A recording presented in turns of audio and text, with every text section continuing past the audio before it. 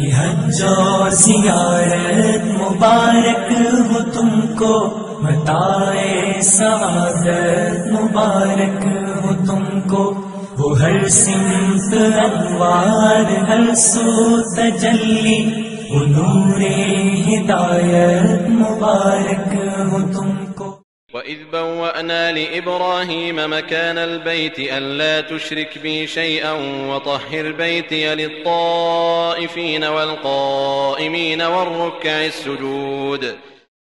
اور ایک وقت تھا جب ہم نے ابراہیم کے لیے خانہ کعبہ کو مقام مقرر کیا اور ارشاد فرمایا کہ میرے ساتھ کسی چیز کو شریک نہ کیجو، اور طواف کرنے والوں اور قیام کرنے والوں اور رکوع کرنے والوں اور سجدہ کرنے والوں کے لیے میرے گھر کو صاف رکھا کرو۔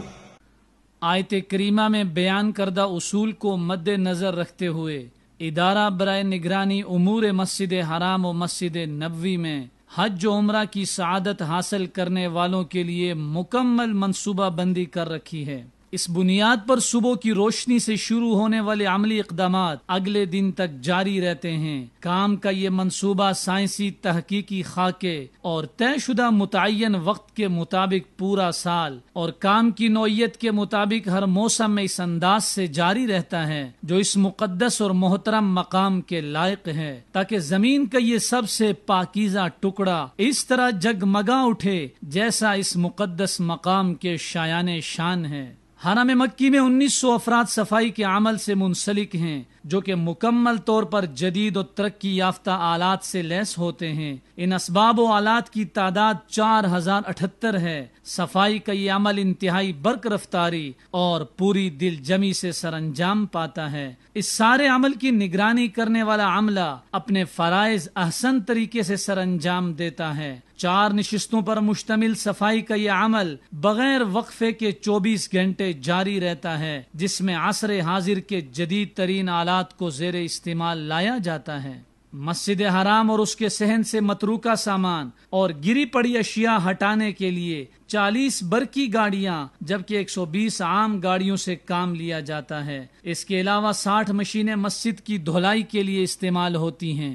مسجد حرام کے فرش پر بچھائی جانے والی قالینوں کی تعداد 7000 ہے، جس میں حسب ضرورت اضافہ کر دیا جاتا ہے۔ ایک اندازے کے مطابق مسجد حرام سے روزانہ تقریباً 20 ٹن کے قریب کوڑا کرکٹ اٹھایا جاتا ہے، جبکہ حج اور رمضان وغیرہ میں اس کی مقدار بڑھ جاتی ہے۔ شعبہ صفائی کے کاموں کی ترتیب: پہلے مرحلے میں دھلائی کا کام کیا جاتا ہے، دوسرے مرحلے میں قالینوں کی صفائی، تیسرا مرحلہ کوڑا کرکٹ اور کچرا اٹھانے کا ہوتا ہے، چوتھے مرحلے میں پالش کر کے چمک دمک پیدا کی جاتی ہے، جبکہ 5ویں مرحلے میں خوشبو کا چھڑکاؤ ہوتا ہے۔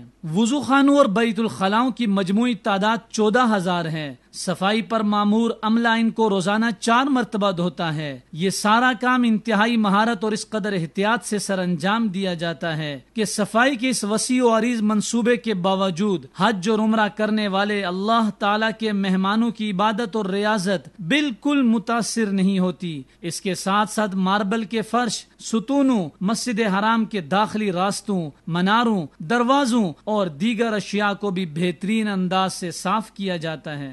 تسلسل کے ساتھ صفائی اور دھلائی کا یہ سلسلہ زمین کے جتنے حصے پر جاری و ساری رہتا ہے وہ 7 لاکھ مربع میٹر پر پھیلا ہوا ہے۔ اللہ رب العزت کے فضل و کرم سے جب جدید توسیع اپنی تکمیل کو پہنچے گی تو انشاءاللہ اس کا رقبہ 18 لاکھ مربع میٹر ہو جائے گا۔ یہ ہر طرف پھیلی ہوئی عظیم خدمات کا ایک حصہ ہے۔ خادم الحرمین الشریفین شاہ سلمان بن عبدالعزیز حفظہ اللہ کی حکومت کے بے پناہ اقدامات کے ساتھ ساتھ آپ کی بھرپور خواہش اور ذاتی دلچسپی بھی یہی ہے کہ مسلمانوں کا قبلہ اور ان کے دلوں میں بسنے والا زمین کا یہ سب سے پاکیزہ ٹکڑا اپنی مثال آپ ہو۔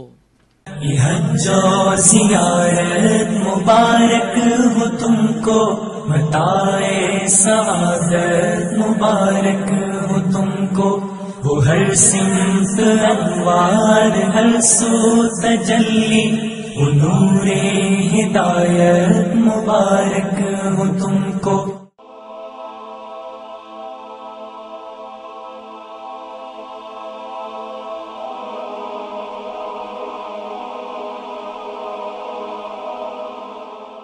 ایمان کی کرن، ہدایت کی شمع، وصال اردو۔